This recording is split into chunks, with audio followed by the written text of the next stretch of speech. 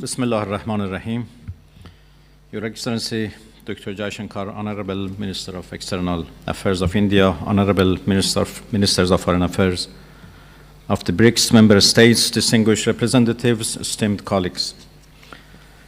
As you have all witnessed, my country has within the span of less than a year twice been subjected to brutal and unlawful aggression by the United States and Israel. ഇന്ത്യയുടെ ഒരു വാണിജ്യ കപ്പലാണ് Iran ഇന്ന് കടലിൽ മുക്കിക്കളഞ്ഞിട്ടുള്ളത്. ഇതേ സമയത്ത് ഇറാന്റെ വിദേശകാര്യമന്ത്രി Abbas അറാച്ചി ഇന്ന് ഇന്ത്യയിൽ ന്യൂഡൽഹിയിൽ ബ്രിക്സിന്റെ മിനിസ്റ്റേഴ്സ് മീറ്റിംഗിൽ പങ്കെടുക്കുന്നുണ്ട്. ഇന്ത്യ ഇതിനെതിരെ പ്രതികരിച്ചിട്ടുണ്ട്. പക്ഷേ ഇറാന്റെ പേര് ഇന്ത്യ എവിടെയും മിണ്ടിയിട്ടുമില്ല. ഇന്ത്യക്ക് ഇറാനെ പേടിയാണോ അതല്ലെങ്കിൽ വേറെ വല്ല കാര്യ സാധ്യത്തിനും വേണ്ടിയിട്ടാണോ ഇന്ത്യ ഇറാന്റെ പേര് പറയാണ്ട് ഇതിനെതിരെ പ്രതികരിച്ചത് എന്നും പലരും ഇപ്പോൾ ചോദിക്കുന്നുണ്ട്. ഇനി അതൊന്നുമല്ലെങ്കിൽ അബ്ബാസ് അറാച്ചി ഇന്ത്യയിലുള്ള സമയത്ത് തന്നെ ഇറാന്റെ സൈഡിൽ നിന്നുള്ള ആക്രമണം എന്നുള്ള രീതിയിൽ അത് വേണമെങ്കിൽ സൗദിക്കോ അതല്ലെങ്കിൽ UAE-ക്കോ അല്ലെങ്കിൽ ഇസ്രായേലിനോ അമേരിക്കയ്ക്കോ ഒക്കെ ഇങ്ങനൊരു ചതിപ്പരിപാടികൾ ചെയ്യാനും പറ്റും. അതവർ പലവട്ടം ചെയ്തിട്ടുമുണ്ട്. അപ്പോൾ നമ്മൾ ഇന്നത്തെ നമ്മുടെ യുദ്ധത്തിൻ്റെ അപ്ഡേറ്റുകളിൽ കാര്യമായിട്ട് നമുക്ക് എടുത്ത് പറയേണ്ട കാര്യം, ഒന്ന്, ഇന്ത്യയുടെ കപ്പൽ ഒമാൻ ഉൾക്കടലിൽ മുങ്ങിക്കളച്ചിട്ടുണ്ട്. അതായത് മുങ്ങിപ്പോയിട്ടുണ്ട്. മുങ്ങിയതല്ല, ഡ്രോൺ പോലെ അല്ലെങ്കിൽ മിസൈൽ പോലത്തെ ഒരു ഒബ്ജക്റ്റ് വന്ന് ഒരു സ്ഫോടനം ഉണ്ടാക്കിയിട്ടാണ് ഈ ഒരു കപ്പൽ മുങ്ങിപ്പോയിട്ടുള്ളത്. ഇതിലുണ്ടായിരുന്ന 14 ക്രൂ മെമ്പേഴ്സിനെ ഒമാൻ്റെ നാവികസേന സുരക്ഷിതമാക്കിയിട്ട് അവർ രക്ഷപ്പെടുത്തിയിട്ടുണ്ട്. ഇതേ സ്ഥാനത്ത് നമുക്കറിയാം, ഇന്നലെ മെയ് 13-ാം തീയതിയാണ് ഇങ്ങനൊരു അപകടം ഉണ്ടായിട്ടുള്ളത്. അപകടമല്ല, ഇങ്ങനൊരു ആക്രമണം ഇന്ത്യൻ കപ്പലിനെതിരെ ഉണ്ടായിട്ടുള്ളത്. ഇതേ സ്ഥാനത്ത് ഇന്നലെ രാത്രിയോട് കൂടിയിട്ടാണ് ഇറാൻ്റെ വിദേശകാര്യമന്ത്രി അബ്ബാസ് അറാച്ചി ഇന്ത്യയിൽ എത്തിയിട്ടുള്ളത്. ഇന്ത്യയിലെ ബ്രിക്സിൻ്റെ ഫോറിൻ മിനിസ്റ്റേഴ്സിൻ്റെ ഒരു സമ്മിറ്റാണ് നടന്നുകൊണ്ടിരിക്കുന്നത്. ആ സമ്മിറ്റിൽ വളരെ വ്യക്തമായിട്ട് അബ്ബാസ് അറാച്ചിയുടെ കുറേ പ്രതികരണങ്ങളുണ്ട്. അതും നമുക്ക് ഈ ഒരു ന്യൂസിൽ അല്ലെങ്കിൽ ഈ ഒരു വീഡിയോയിൽ നമുക്ക് കണ്ടുപോകാം. ആദ്യം തന്നെ പറയേണ്ടത്, ഇന്ത്യയുടെ ഈ ഒരു കപ്പലിൻ്റെ മുങ്ങിയത് അതായത് ഇന്നലെ 3:30-നാണ്. ഇന്നലെ വൈകിട്ട് 3:30-നാണ് ഡ്രോൺ അല്ലെങ്കിൽ മിസൈൽ പോലത്തെ ഒരു ഒബ്ജക്റ്റാണ് ഇതിനെ സ്ഫോടകം ഉണ്ടാക്കിയിട്ടുള്ളത് എന്നാണ് സംശയിക്കുന്നത്. രാവിലെ ഒമാനിലെ മുസാണ്ടം ലിമ തീരത്ത് വെച്ചിട്ടാണ് ഈ സംഭവം നടക്കുന്നത്. ആക്രമണത്തിന് പിന്നിൽ ആരാണ് എന്നുള്ള കാര്യം ഇതുവരെ IRGC വ്യക്തമാക്കിയിട്ടില്ല, അല്ലെങ്കിൽ മറ്റ് ഒരു രാജ്യങ്ങളും ഇതിനെപ്പറ്റിയുള്ള ഡീറ്റെയിൽസ് ഇതുവരെ പുറത്തോട്ട് വിട്ടിട്ടില്ല. ആക്രമണത്തിൽ കപ്പൽ തീപിടിക്കുകയും പിന്നീട് അത് കടലിൽ മുങ്ങുന്ന ഒരു വീഡിയോ ഒക്കെ പ്രചരിക്കുന്നുണ്ട്. കടലിൽ മുങ്ങുന്ന വീഡിയോ ഒക്കെ വരുന്നുണ്ട്. അതുമാത്രമല്ല, കപ്പലിലുണ്ടായിരുന്ന 14 ഇന്ത്യൻ ജീവനക്കാരെയും ഒമാൻ അധികൃതർ സുരക്ഷിതമായിട്ട് രക്ഷപ്പെടുത്തി ഒമാനിലോട്ട് എത്തിച്ചതായിട്ടും പറയുന്നുണ്ട്.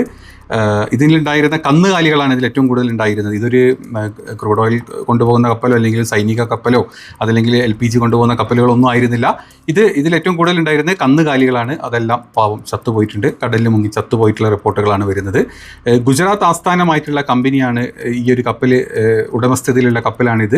ഒരു ചെറിയ കപ്പൽ, ഈ ഒരു കപ്പൽ സൊമാലിയയിൽ നിന്നും UAE-യിലെ ഷാർജയിലേക്ക് പോകുന്ന വഴിയാണ് ഇത്തരത്തിലൊരു ആക്രമണം ഉണ്ടായിട്ടുള്ളത്. ഇനി ഇന്ത്യയുടെ പ്രതികരണം, അതായത് ഇന്ത്യൻ വിദേശകാര്യ മന്ത്രാലയം ശക്തമായിട്ട് ഈ ഒരു ആക്രമണത്തിന് അപലപിച്ചിട്ടുണ്ട്. അതുമാത്രമല്ല, വാണിജ്യ കപ്പലുകളെയും അതുപോലെ തന്നെ സാധാരണക്കാരായിട്ടുള്ള നാവികരെയും ലക്ഷ്യമിടുന്നത് അംഗീകരിക്കാനാവില്ല എന്ന് ഇന്ത്യ വ്യക്തമാക്കിയിട്ടുണ്ട്. പക്ഷേ ഈ ഒരു ഇന്ത്യ ഇത്തരത്തിൽ അപലപിച്ച സമയത്ത് ഇറാൻ്റെ പേരോ അല്ലെങ്കിൽ അത്തരത്തിലുള്ള ഒരു യുദ്ധത്തിൻ്റെ ഏത് രാജ്യങ്ങളുടെ പേരോ ഒന്നും ഇന്ത്യ പറഞ്ഞിട്ടില്ല. ആക്രമണ രീതി ഇറാൻ്റെ അതായത് IRGCയുടെ ഒരു ടൈപ്പ് ഓഫ് ആക്രമണ രീതിയാണ്, സമാനമാണ് എന്നൊക്കെ പല വിദഗ്ധരും പറയുന്നുണ്ട്. കാരണം ഡ്രോണോ അതല്ലെങ്കിൽ മിസൈൽ പോലത്തെ എന്തെങ്കിലും ഒരു ഒബ്ജക്റ്റാണ് കപ്പലിൽ വന്ന് ഇടിച്ചത് എന്നാണ് പറയുന്നത്. പക്ഷേ എന്തുകൊണ്ട് ഇന്ത്യ പേര് പറയുന്നില്ല എന്നതിൽ പലതരത്തിലുള്ള വ്യാഖ്യാനങ്ങളും വരുന്നുണ്ട്. അതായത് ഊർജ്ജ സുരക്ഷ, LPG, ക്രൂഡ് ഓയിൽ എന്നിവ ഇന്ത്യക്കായിട്ട് ഈ കപ്പൽപാത അല്ലെങ്കിൽ ഈ ഒരു കടൽപാതയിലൂടെ വരേണ്ടതായിട്ടുണ്ട്. അതിന് ഇറാൻ്റെ സമ്മതം വേണം. അതല്ലെങ്കിൽ ഇറാൻ്റെ സൈഡിൽ തന്നെ നമുക്കത് വാങ്ങാനുള്ള ഓപ്ഷൻസും കാര്യങ്ങളൊക്കെ ഉണ്ട്. അപ്പം അത് സമയത്ത് അല്ലെങ്കിൽ ഇത്തരത്തിലൊരു തന്ത്രപ്രധാനമായിട്ടുള്ള ഒരു സമയത്ത് ഇറാനെ കുറ്റപ്പെടുത്താതെ അല്ലെങ്കിൽ ഇറാനെ എതിരെ ഒന്നും സംസാരിക്കാണ്ട് ഇത്തരത്തിലുള്ള കാര്യങ്ങൾ എങ്ങനെയെങ്കിലും സാധിച്ചെടുക്കുക എന്നായിരിക്കാം ഇന്ത്യയുടെ ഉദ്ദേശം എന്ന് പറയുന്നുണ്ട്. പിന്നെ നയതന്ത്രപരമായിട്ടുള്ള കൃത്യമായിട്ടുള്ള അന്വേഷണ റിപ്പോർട്ടുകളൊന്നും ഇല്ലാണ്ട് അങ്ങനെ കണ്ണടച്ച് ഇപ്പം ഈ ഇറാൻ്റെ പേര് പറയാനും ഈ ഇന്ത്യക്ക് സാധിക്കില്ല. കാരണം ഇന്നിപ്പം പറയേണ്ട മറ്റൊരു കാര്യം, ഇതേ സ്ഥാനത്ത് ഇറാൻ്റെ വിദേശകാര്യമന്ത്രി ഇന്നത്തെ ബ്രിക്സിൻ്റെ മീറ്റിങ്ങിൽ വളരെ ശക്തമായിട്ട് തന്നെ അമേരിക്കയ്ക്കും ഇസ്രായേലിനും അല്ലെങ്കിൽ അവർക്ക് കൂട്ടു നിൽക്കുന്ന സഖ്യകക്ഷികൾക്കും എതിരെ സംസാരിച്ചിട്ടുണ്ട്. അതിന് ബ്രിക്സിലുള്ള മറ്റംഗങ്ങളോടും അല്ലെങ്കിൽ മറ്റ് ലോകരാജ്യങ്ങളോടും, അതായത് ഇറാൻ അങ്ങോട്ട് ആക്രമിച്ചിട്ട് ഞങ്ങൾ ഈ ഒരു അവസ്ഥയിലെത്തിച്ച ഈ 2 രാജ്യങ്ങൾക്കെതിരെ നിങ്ങളുടെ പ്രതിഷേധങ്ങൾ അറിയിക്കണമെന്നും അല്ലെങ്കിൽ നിങ്ങളാൽ പറ്റുന്ന നയതന്ത്ര നീക്കങ്ങൾ ഉണ്ടാവണം എന്നാണ് അബ്ബാസ് അറാച്ചി പറഞ്ഞിട്ടുള്ളത്. അതിൻ്റെ കുറച്ച് ഭാഗം ഞാൻ നിങ്ങൾക്ക് കാണിച്ചു തരാം. ബിസ്മില്ലാഹിർ റഹ്മാനിർ റഹീം. Your Excellency, Dr. Jaishankar, Honorable Minister of External Affairs of India, Honorable Ministers of Foreign Affairs of the BRICS member states, distinguished representatives, esteemed colleagues. As you have all witnessed, my country has within the span of less than a year twice been subjected to brutal and unlawful aggression by the United States and Israel. This all matters to the BRICS Plus group of countries because the battle Iran has fought is in defense of all of us, of the new world that we are building together. Our brave soldiers have given their lives to resist Western hegemony and the sense of impunity that the US believes it is entitled to. While Iran is grateful for the support and solidarity it has received from BRICS countries, it is imperative that we jointly step up our work towards ending this sense of entitlement, which has no place in today's world. To virtually everyone in this room, our resistance against US bullying is not an unfamiliar battle. So many of us encounter slight variations of the same repugnant coercion. It is high time for us to jointly step up and work towards making clear that those practices belong in the dustbin of history. അതായത് Abbas അറാച്ചി ഇതിൽ പറയുന്നത് ഈ പാശ്ചാത്യ ശക്തികൾ മറ്റ് ലോകരാജ്യങ്ങൾ ആക്രമിക്കുന്ന പാശ്ചാത്യ ശക്തികളും അതുപോലെ യുദ്ധകൊതിയന്മാരുമായിട്ടുള്ള ഇത്തരം രാജ്യങ്ങളുടെ ആധിപത്യത്തിനെ എതിർക്കണമെന്നും പുതിയൊരു ലോകക്രമം കെട്ടിപ്പടുക്കണം എന്നുമാണ് അബ്ബാസ് അറാച്ചിയുടെ ആഹ്വാനം ഇന്നുണ്ടായിട്ടുള്ളത്. കഴിഞ്ഞ ഒരു വർഷത്തിനിടെ അമേരിക്കയും ഇസ്രായേലും 2 തവണ ഇറാനെ ആക്രമിച്ചിട്ടുണ്ട്. ക്രൂരമായിട്ടും നിയമവിരുദ്ധമായിട്ടുമുള്ള ആക്രമണങ്ങളാണ് നടത്തിയിട്ടുള്ളത് എന്ന് അബ്ബാസ് അറാച്ചി പറയുന്നുണ്ട്. അതുമാത്രമല്ല, ഇറാൻ്റെ ആണവ പരിപാടികളെക്കുറിച്ച് തെറ്റായിട്ടുള്ള വിവരങ്ങൾ പ്രചരിപ്പിക്കുന്നതായിട്ടും ഈ യുദ്ധക്കൊതിയന്മാർക്ക് അവർ അത് ന്യായീകരിക്കുന്നതായിട്ടും കൂടെ അബ്ബാസ് അറാച്ചി കൂട്ടിച്ചേർക്കുന്നുണ്ട്. കഠിനമായിട്ടുള്ള ഉപരോധങ്ങളും ബോംബാക്രമണങ്ങളും ഉണ്ടായിട്ടും ഇറാൻ തകർക്കാനാവാത്ത രാജ്യമായിട്ട് തുടരുകയാണെന്നും അദ്ദേഹം വ്യക്തമാക്കിയിട്ടുണ്ട്. തങ്ങൾ സമാധാനം ആഗ്രഹിക്കുന്നുവെന്നും നിയന്ത്രണത്തിന് തയ്യാറാണെന്നും ആഗ്രഹിക്കുന്നു, നയതന്ത്രത്തിന് തയ്യാറാണെന്നും പറഞ്ഞ്, എന്നാൽ രാജ്യത്തിന് നേരെ ഏത് തരത്തിലുള്ള ആക്രമണം ഉണ്ടായിക്കഴിഞ്ഞാൽ അവിടെ പിന്നെ നയതന്ത്രവും സമാധാനമൊന്നും ഉണ്ടാവില്ല, ശക്തമായിട്ടുള്ള തിരിച്ചടി ഞങ്ങൾ ഇതുവരെ അടിക്കുകയും ചെയ്തു, ഇനിയും ഞങ്ങൾ അത് തന്നെ തുടരും എന്നും കൂടെ പറഞ്ഞിട്ടുണ്ട്. ലോകത്തിൻ്റെ ഭാവി നിശ്ചയിക്കുന്ന ഗ്ലോബൽ സൗത്ത് രാജ്യങ്ങളായിട്ട് നമ്മൾ ഒരുങ്ങണമെന്നും അതായത് ബ്രിക്സ് അതിന് ഒരു ഗ്ലോബൽ സൗത്ത് 40% GDP-യുടെ ഭാഗമാകുന്ന ബ്രിക്സ് രാജ്യങ്ങൾ ഒരു പുതിയ ഒരു ലോകക്രമം ഉണ്ടാക്കിയെടുക്കണം എന്നും കൂടെ പുള്ളി പറയുന്നുണ്ട്.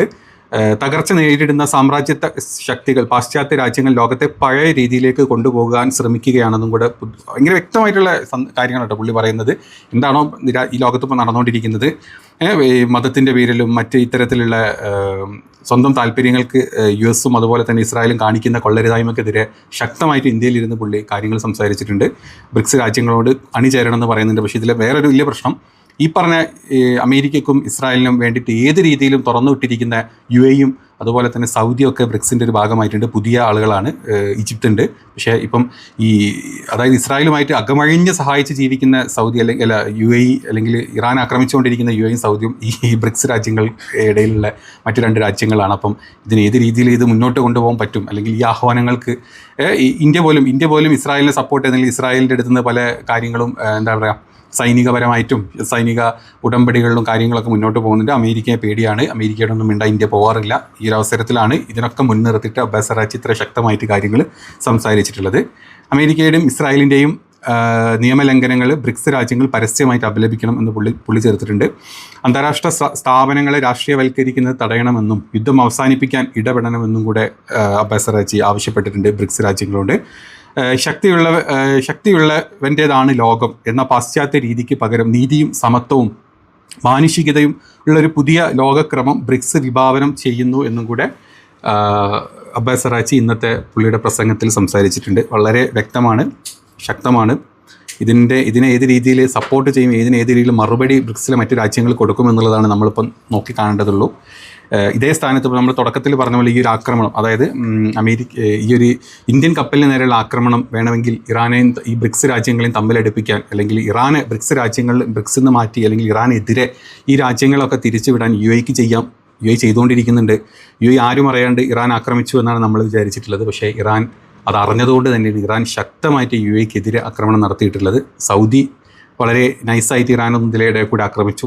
സൗദിനെ ശക്തമായിട്ട് ഇറാൻ ആക്രമിച്ചിട്ടുണ്ട്. കുവൈത്ത് ബേസുകളിലൂടെ ആയിരുന്നു അമേരിക്കയും ഇസ്രായേലും ഇറാനെ പിന്നെ ആക്രമിച്ചിട്ടുള്ളത്. ഈ രാജ്യത്തിനും ഇറാൻ നല്ല രീതിയിൽ തിരിച്ച് അടിച്ചിട്ടുണ്ട്. അപ്പം ഈ രാജ്യങ്ങളൊക്കെ ആണ് ബ്രിക്സിൻ്റെ കൂട്ടത്തിലുണ്ടെങ്കിൽ അല്ലെങ്കിൽ ആ എത്രത്തോളം ലോകക്രമം മുന്നോട്ട് പോകുമെന്നുള്ളത് നിങ്ങൾ ചിന്തിച്ചാൽ മതി.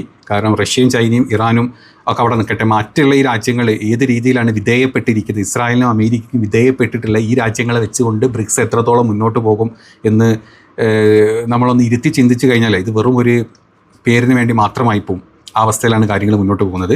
നമുക്ക് നോക്കാം. ഇതൊക്കെയാണ് ഇപ്പോൾ ഇന്നത്തെ പ്രധാന യുദ്ധത്തിൻ്റെ അപ്ഡേറ്റുകളായിട്ട് പറയാനുള്ളത്. പിന്നെ ഒന്ന്, ഈ അമേരിക്കൻ ഇൻ്റലിജൻസിൻ്റെ ഒരു പുതിയ റിപ്പോർട്ട് പ്രകാരം ഇറാൻ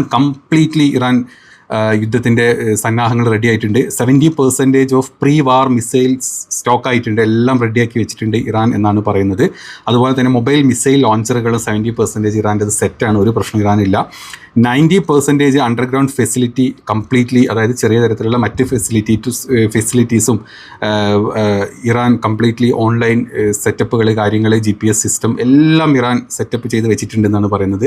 ഹോർമോസിലെ മിസൈൽ സൈറ്റിൻ്റെ റീസ്റ്റോർ 30 മുതൽ 33% റെസ്റ്റോറേഷൻ കഴിഞ്ഞിട്ടുണ്ട് എന്നാണ് പറയുന്നത്. പിന്നെ എന്താ പറയുക, മൊബൈൽ ലോഞ്ചറുകൾ ഞാൻ പറഞ്ഞല്ലോ. അതുപോലെ ഇത്തരത്തിൽ ഇറാൻ എല്ലാ രീതിയിലും ബാക്ക് ടു വാർ എന്നുള്ള രീതിയിൽ എത്തിയിട്ടുണ്ട് എന്ന് അമേരിക്കയുടെ ഇൻ്റലിജൻസ് പുറത്തോട്ട് ഇപ്പോൾ റിപ്പോർട്ട് വിട്ടിട്ടുള്ളതാണ്. അപ്പം ഇനി യുദ്ധം ഏത് രീതിയിലോട്ടാണ് ഇനി മുന്നോട്ട് പോകുന്നത് നമ്മൾ കണ്ടു തന്നെ അറിയേണ്ടി വരും. ഇനിയൊരു ആക്രമണം ഉണ്ടെങ്കിൽ ഇസ്രായേലിലോട്ട് വിൽക്കുന്ന ബോംബിനേക്കാൾ കൂടുതൽ ബോംബ് വിൽക്കാൻ ചാൻസ് ഉള്ള ഒരു സ്ഥലം, മിസൈലുകൾ വിൽക്കാൻ ചാൻസ് ഉള്ള ഒരു സ്ഥലം അത് UAE ആണ്, പിന്നെ സൗദിയാണ്. പിന്നെ ഇസ്രായേലും ചിലപ്പോൾ അമേരിക്കൻ ബേസുകൾ പോലും അവർ കൺസിഡർ ചെയ്യുള്ളൂ എന്നാണ്. അതുപോലെ കുവൈറ്റും അതിൻ്റെ ഇടയിലുണ്ട്. ഇന്നത്തെ പ്രസ്താവനകളിലൂടെ നമുക്ക് മനസ്സിലാകുന്നത്. ഏതായാലും യുദ്ധം ഒന്നിനൊരു പരിഹാരമല്ല എന്നുണ്ടെങ്കിലും നമ്മൾ കണ്ടു തന്നെ അറിയേണ്ടി വരും എങ്ങോട്ടാണ് ഈ കാര്യങ്ങളൊക്കെ മുന്നോട്ട് പോകുന്നത് എന്നുള്ളത്. അപ്പം ശരി.